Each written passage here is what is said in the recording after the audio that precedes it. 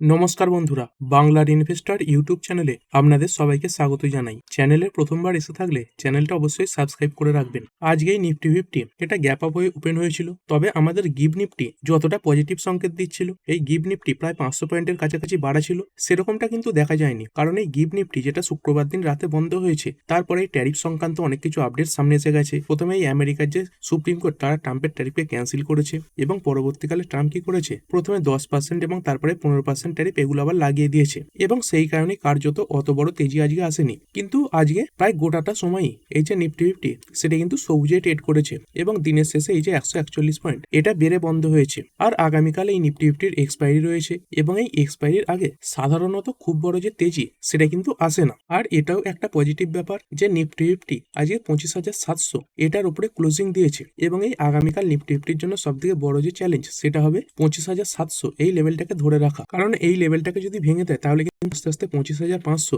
এই লেভেলের কাছে চলে আসতে পারে, এবং 25,500 লেভেলটা ভাঙলে বড় একটা ক্র্যাশ আসার সম্ভাবনা রয়েছে। আর তেমনি যদি ওপর দিকের কথা বলি, তাহলে বর্তমানে তো 25,700 কাছে রয়েছে, ওপর দিকে 25,800 25,850 এগুলো ভাঙতে পারলে একটা বড় তেজি আসতে পারে। আর এই নিফটি ব্যাংক এটা কিরকম পারফর্ম করেছে, এই নিফটি ব্যাংকের যদি কথা বলি, দেখতে পাচ্ছেন আজকেই নিফটি ফিফটির মতো অত ভালো তেজি দেখাতে পারেনি, 0.15% বেড়েছে। আর আজকে ব্যাংকিং সেক্টরের কিছু কিছু স্টক বড় একটা ক্র্যাশও দেখিয়েছে, সেই কারণেই নিফটি ব্যাংকে সেরকম তেজিও আজকের দিনে ছিল না। যদি এই ব্রড মার্কেট ইন্ডেক্সেস গুলো দেখি, নিফটি ফিফটি এটা 0.5%-এর উপরে বাড়া, নিফটি নেক্সট 50 0.39% বেড়েছে, নিফটি ব্যাংক বেড়েছে 0.15%, ফাইন্যান্সিয়াল সার্ভিস এটা 0.87% বেড়েছে, মিড ক্যাপ সিলেক্ট একদম ফ্ল্যাট রয়েছে, তারপরে এই 100 200 500 এইগুলো মোটামুটি সবই সবুজে বন্ধ হয়েছে। কিন্তু যদি দেখেন এগুলো কিন্তু খারাপ পারফরমেন্স দেখিয়েছে। এই mid cap 50 0.38% down, mid cap 100 এটা প্রায় 0.5% ডাউন, তারপরে স্মল ক্যাপ 50 এগুলো সবুজে বন্ধ হচ্ছে, 0.37% বেড়েছে, এবং এই স্মল ক্যাপ 100 এটা ওই 0.29% বেড়েছে। মানে আজকের মার্কেটে এই স্মল ক্যাপ এবং তার সঙ্গে সঙ্গে লার্জ ক্যাপ এগুলো ভালো পারফর্ম করেছে, এবং সেখানে উল্টো দিকে এই যে মিড ক্যাপ ইন্ডেক্স এগুলোতে আজকে ভালো একটা প্রেসার দেখা গেছে। আর ওভারঅল মার্কেট ব্রেথও আজকের দিনে একটু খারাপ ছিল। এই 3,277 খানা স্টকের মধ্যে পড়েছে 1,672 খানা স্টক, এবং সেখানে বেড়েছে 1,493 খানা স্টক। আর এই সেক্টর স্পেসিফিক কেমন পারফরমেন্স দেখা গেছে, এই নিফটি অটো 0.83% বেড়েছে, ফাইন্যান্সিয়াল সার্ভিস এটা প্রায় 0.1% বাড়া, এফএমসিজি এটা 0.70% বেড়েছে, নিফটি আইটি এটাই 1.5% ডাউন, মিডিয়া এটা 0.20% বেড়েছে। আর বলতে পারেন এই যে নিফটি আইটি এটাই কিন্তু আজকেই ইন্ডেক্সকে অনেকটা প্রেসারে রেখেছিল, না হলে এই যে ইন্ডেক্স মানে নিফটি ফিফটি এটা কিন্তু আরো বেশি বাড়তে পারতো। তারপরে মেটাল সামান্য ডাউন হয়েছে, তবে এই ইন্ডেক্সে মেটালের সেরকম বড় কোনো কন্ট্রিবিউশন নেই, ফার্মা 0.5%-এর উপরে বাড়া, পিএসইউ ব্যাংক এটা নিয়মিতই ভালো পারফরমেন্স দেখাচ্ছে, 1.36% বেড়েছে, প্রাইভেট ব্যাংক 0.34% বাড়া, এবং এই নিফটি রিয়েলটি 0.19% ডাউন হয়ে বন্ধ হয়েছে। যদি এই নিফটি আইটিরই কথা বলি, এই অল্প সময় যদি দেখেন একটা বড় ক্র্যাশ দেখিয়েছে, আজকের দিনে তো 1.5%-এর কাছাকাছি পড়েইছে। এবং যদি একটু শর্ট টার্মেও দেখেন, দেখতে পাচ্ছেন এই ফেব্রুয়ারি মাসের প্রথম দিকেই প্রায় 39,000 এরকম জায়গাতে চলছিল, সেইখান থেকে এই অল্প দিনেই মানে 17-18 খানা ট্রেডিং সেশনে এই যে নিফটি আইটি সেটাই 31,000-এর কাছাকাছি নেমে চলে এসেছে। আর এরকম জায়গা থেকে আস্তে আস্তে অ্যাকুমুলেট করা শুরু করতে পারেন, কারণ এই অল্প দিনেই অনেকটা বড় ক্র্যাশ দেখিয়েছে। তবে যদি এইখানে কথা বলি, এই যে জেব্রিজ এরা দেখতে পাচ্ছেন এরা কি বলছে, যে এই এআই রিলেটেড যে ক্র্যাশ দেখা যাচ্ছিল সেটা কিন্তু এখনো শেষ হয়ে যায়নি, কিছু কিছু আইটি কোম্পানিকে ডাউনগ্রেডও করে দিয়েছে, যেমন এই ইনফোসিস দেখতে পাচ্ছেন, টিসিএস এরকম 6খানা কোম্পানিকে ডাউনগ্রেড করেছে। আর মূলত এই জেব্রিজের ডাউনগ্রেডের পরেই আজকে কিন্তু এত বড় প্রেসার এই নিফটি আইটিতে দেখা গেছে, এবং তার সঙ্গে সঙ্গে এর মধ্যে থাকা কোম্পানিগুলোও দেখিয়েছে। কিছু কিছু কোম্পানির জন্য তো জেব্রিজ তারা মনে করছে প্রায় 33% পর্যন্ত পড়ে যেতে পারে। যেমন এখানে টিসিএস এর দেখতে পাচ্ছেন, এটা যে টার্গেট প্রাইস সেটা কত দিচ্ছে, 2350। এইখানে দেখতে পাচ্ছেন পোটেন্সিয়ালি প্রায় 33% ডাউনগ্রেড করেছে। তার সঙ্গে সঙ্গে এই যে ইনফোসিস, এখানে যদি ডলারের হিসেবে দেখেন, দেখতে পাচ্ছেন এই 20.82 এর প্রাইস থেকে এই যে টার্গেট সেটা কমিয়ে করে দিয়েছে 14.31। তারপরে এই এইচসিএল টেক এখানে যে টার্গেট প্রাইস সেটাই 26% কাট করে দিয়েছে। তারপরে এই যে উইপ্রো এখানে এই যে প্রাইস তার যে এস্টিমেট এটা 18% কাট করেছে, এবং তারা এটাও বলছে যদি খুব খারাপ সিচুয়েশন তৈরি হয় তাহলে স্টকগুলো 30 থেকে 65% পর্যন্ত পড়ে যেতে পারে। আর মূলত এই কারণেই এই যে আইটি ইন্ডেক্স রয়েছে এখানে এত বড় প্রেসার দেখা গেছে। এরপরে যে কোম্পানিগুলো ভালো পারফর্ম করেছে, তো এগুলো অনেকের পোর্টফোলিওতেই থাকে না, মাঝে মাঝে তেজি আসে, যেমন এই অ্যাজেস ভোবাক 9%-এর উপরে বেড়েছে, তারপরে এই এসকেএফ ইন্ডিয়া প্রায় 4.5%, সিসিএল প্রোডাক্ট 4%-এর উপরে, এরপরে যদি লুজারগুলো দেখি, এই যে আইডিএফসি ফার্স্ট ব্যাংক দেখতে পাচ্ছেন 16% ক্র্যাশ করে গেছে। কি খবরের কারণে পড়লো? এইখানে দেখতে পাচ্ছেন এই শেয়ারটা পড়েছে কিসের কারণে? প্রথমে তো 20% পর্যন্ত পড়ে গিয়েছিল। As lender discloses Rs 590 crore fraud by employee, মানে ব্যাংকের কর্মচারীদের দ্বারাই এই ব্যাংকে প্রায় 590 কোটি টাকার ঘোটালা হয়ে গেছে। এই ব্যাংকের যে চণ্ডীগড় ব্রাঞ্চ রয়েছে সেখানে এই যে ঘোটালা সেটা দেখা গেছে। একটু ডিটেলসে দেখে নি। দেখতে পাচ্ছেন এই 590 কোটি টাকার ফ্রড দেখতে পাওয়ার পর কি হয়েছে, এই যে হরিয়ানা গভর্নমেন্ট ডিপার্টমেন্ট তারা রিকোয়েস্ট করে দিয়েছে তাদের যে সরকারি অ্যাকাউন্ট সেগুলো সব যাতে বন্ধ করে দেওয়া হয়, কারণ তারা যে ব্যালেন্সটা আশা করছিল এক্সপেক্টেড ব্যালেন্স, তার সঙ্গে ব্যাংকের যে রেকর্ডটা রয়েছে সেটা কিন্তু মিলছে না। তো কিছু এক্সটার্নাল পার্টিস এবং তার সঙ্গে সঙ্গে এই যে ফিজিক্যাল চেক এইগুলো ব্যবহার করে এই যে ফ্রড সেটা করা হয়েছে, এরকমই রিপোর্টের মাধ্যমে সামনে আসছে। এবং যে ফ্রডের অ্যামাউন্টটা সেটা দেখতে পাচ্ছেন এই 590 কোটির কাছাকাছি দাঁড়াচ্ছে। যেটা দেখতে পাচ্ছেন কোম্পানির একটা কোয়ার্টারের যে প্রফিট 503 কোটি তার থেকেও বেশি, মানে 90 দিনে যে ব্যাংক প্রফিট করেছে তার থেকেও বেশি ঘোটালা এই ব্যাংকে হয়ে গেছে 590 কোটি টাকার। আর কি অ্যাকশন নেওয়া হয়েছে, এই ব্যাংক দেখতে পাচ্ছেন 4 জন অফিসিয়ালকে সাসপেন্ড করে দিয়েছে, তার সঙ্গে সঙ্গে পুলিশ কমপ্লেন্টও ফাইল করা হয়েছে। তার সঙ্গে সঙ্গে এই যে ইন্ডিপেন্ডেন্ট ফরেন্সিক অডিট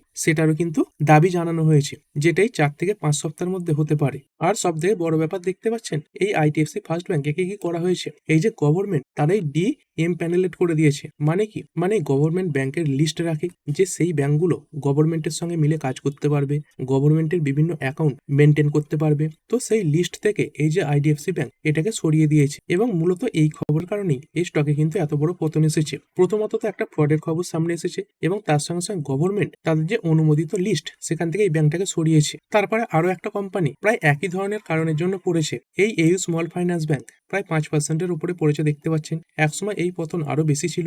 এইখানে কি হয়েছে, এইখানেও কিছু এরকম সাসপেক্টেড ট্রানজাকশন দেখা গেছে। কি হয়েছে দেখতে পাচ্ছেন, গভর্নমেন্ট অ্যাকাউন্ট থেকে কিছু টাকা অন্যান্য কাস্টমারদের যে অ্যাকাউন্ট সেখানে ট্রান্সফার করে দেওয়া হয়েছে। এখানে প্রায় 47 কোটি টাকার মতো ডিফারেন্স দেখা যাচ্ছে। প্রায় 14খানা ট্রানজাকশনে এই যে 47 কোটি টাকা সেটা ট্রান্সফার করা হয়েছে। আর এই ব্যাংক কি বলছে, ব্যাংক তাদের থেকে ক্ল্যারিটি দিয়েছে। তারা বলছে এই যে ট্রানজাকশন গুলো সেগুলো পুরোপুরি অথরাইজড, এবং তার সঙ্গে সঙ্গে বিভিন্ন যে গভর্নমেন্ট ডিপার্টমেন্ট তাদেরকে জানিয়ে করা হয়েছে, এবং ব্যবসার ক্ষেত্রে এটা একটা নর্মাল জিনিস। কিন্তু দেখতে পাচ্ছেন মার্কেট এটাকে নেগেটিভ ভাবেই নিয়েছে। আর বর্তমানে কি পরিস্থিতি রয়েছে, এই যে ব্যাংক তারা তো বলছে এই যে ফ্রড কিছু হয়েছে তার কোনো এভিডেন্স নেই, মানে ফ্রড হয়নি তারা তাদের দিক থেকে বলছে। কিন্তু এই ফেয়ার ইন্টারনাল রিভিউ এর জন্য কিছু এমপ্লয়িকে অফ ডিউটি রাখা হয়েছে, মানে এই কাজ থেকে সাময়িকভাবে অব্যাহতি দেওয়া হয়েছে। এবং তার সঙ্গে সঙ্গে দেখতে পাচ্ছেন এই যে এউ স্মল ফাইন্যান্স ব্যাংক এটাকেও কিন্তু এই এমপ্যানেলেট করে দেওয়া হয়েছে, মানে এটাও এই গভর্নমেন্টের সঙ্গে মিলে আর বর্তমানে কোনো কাজ করতে পারবে না। তো এই গভর্নমেন্টের থেকে বড় বড় ট্রানজাকশন হতো, মানে গভর্নমেন্টের বিভিন্ন স্টাফ তাদের এই যে পেমেন্ট সেগুলো করার যে কাজ সেগুলো এই কোম্পানি করতে পারতো।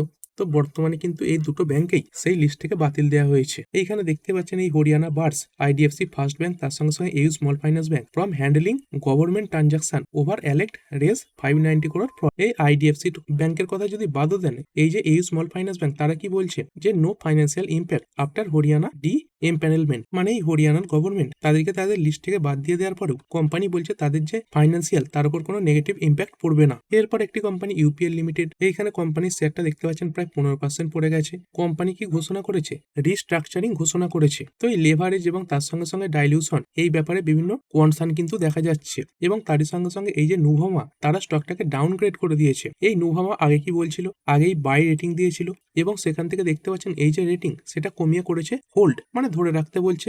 তবে এই যে টার্গেট পেয়েছে সেটা কিন্তু বাড়িয়েছে, 816 করে দিয়েছে। এরপরে গডফ্রে ফিলিপস তো এই সিগারেটের প্রাইস বাড়াবে এই খবরের পরে বিভিন্ন এই যে সিগারেট সংক্রান্ত কোম্পানিগুলো বেড়েছিল, এবং সেই যে তেজি সেটা আপাতত শেষ হয়েছে।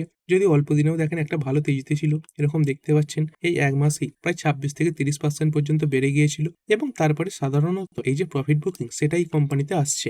এরপরের কোম্পানি হচ্ছে OLA electric mobility limited, 2.41% down হয়েছে, এবং তারই সঙ্গে সঙ্গে দেখতে পাচ্ছেন আজকের দিনে এটা কিন্তু এই কোম্পানির অল টাইম লো। আজকের লো 25.70, এবং 52 উইকের যে লো এটা ওই 25.70। আর শুধুমাত্র এই ওলা ইলেকট্রিক নয়, দেখতে পাচ্ছেন অনেক কোম্পানি 52 উইকের লো লাগিয়েছে, যেমনটা এই সুইডন এর নাম দেখা যাচ্ছে, তারপরে বাটা, আর পাওয়ার, উইপ্রো, এরকম বহু কোম্পানি রয়েছে। তারপরে Cyient, Hexaware technology, KPIT technology, L&T technology service, তারপরে ইনফোএজ, সি ইনফোসিস্টেম, সবাই প্রায় 52 লো লাগাচ্ছে। মানে মার্কেটের যে পরিস্থিতি সেটা কিন্তু খারাপের দিকেই রয়েছে। আর এই ধরনের কোম্পানিগুলো আপনার পোর্টফোলিওতে থাকলে আপনার যে পোর্টফোলিও সেটা আরো বেশি ডাউন হবে। এরপর একটি কোম্পানি হচ্ছে হিন্দুস্তান এরোনটিক্স লিমিটেড, প্রায় 3.5% পড়েছে। এখানে কিছু রিপোর্ট সামনে এসেছে। কিছুদিন আগে আমরা দেখতে পেয়েছিলাম একটা যে তেজস এয়ারক্রাফট সেটা ক্র্যাশ হয়েছিল, এবং আজকের দিনেও এই রিপোর্ট সামনে এসেছে যে আরো একটা তেজস এয়ারক্রাফট ক্র্যাশ হয়ে গেছে। এবং এই তেজস এই যে এয়ারক্রাফট সেটা ম্যানুফ্যাকচার করে থাকে এই হ্যাল, এবং সেই কারণে স্টকে আজকে নেগেটিভ সেন্টিমেন্ট তৈরি হয়েছে। তবে এখানে দেখতে পাচ্ছেন এই যে কোম্পানি, তারা কিন্তু এই যে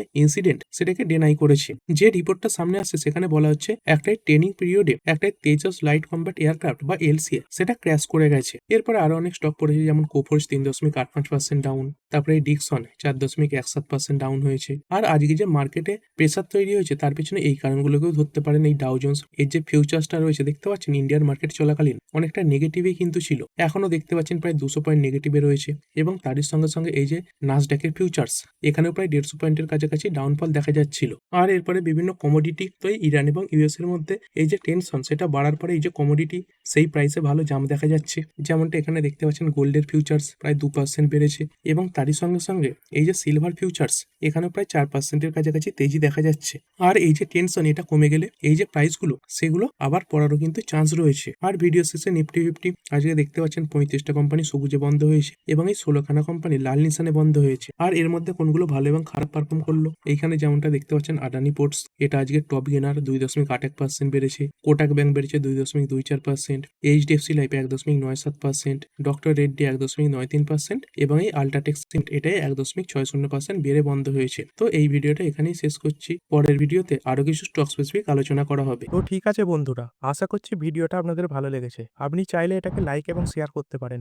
আর শেয়ার মার্কেট সংক্রান্ত ডেইলি নিউজ আপডেট পেতে চ্যানেলটা সাবস্ক্রাইব করে রাখবেন এবং পাশে থাকা বেল আইকনটি টিপে অল অবশ্যই সিলেক্ট করে রাখবেন, যাতে পরবর্তী ভিডিওর নোটিফিকেশন আপনার কাছে সময় মতো পৌঁছে যায়। আর হ্যাঁ, ভিডিওটি শুধুমাত্র ইনফরমেশন এবং এডুকেশনাল পারপাসের জন্য বানানো হয়েছে। আমি সেবি রেজিস্টার্ড নই, তাই কোনো প্রকার শেয়ারে কোনো প্রকার বাই, সেল, হোল্ড বা অ্যাভারেজ করার কোনো সিদ্ধান্ত নেওয়ার আগে আপনার যে ফাইন্যান্সিয়াল অ্যাডভাইজার আছে তার সঙ্গে অবশ্যই আলোচনা করবেন। দেখা হচ্ছে পরের ভিডিওতে। ধন্যবাদ।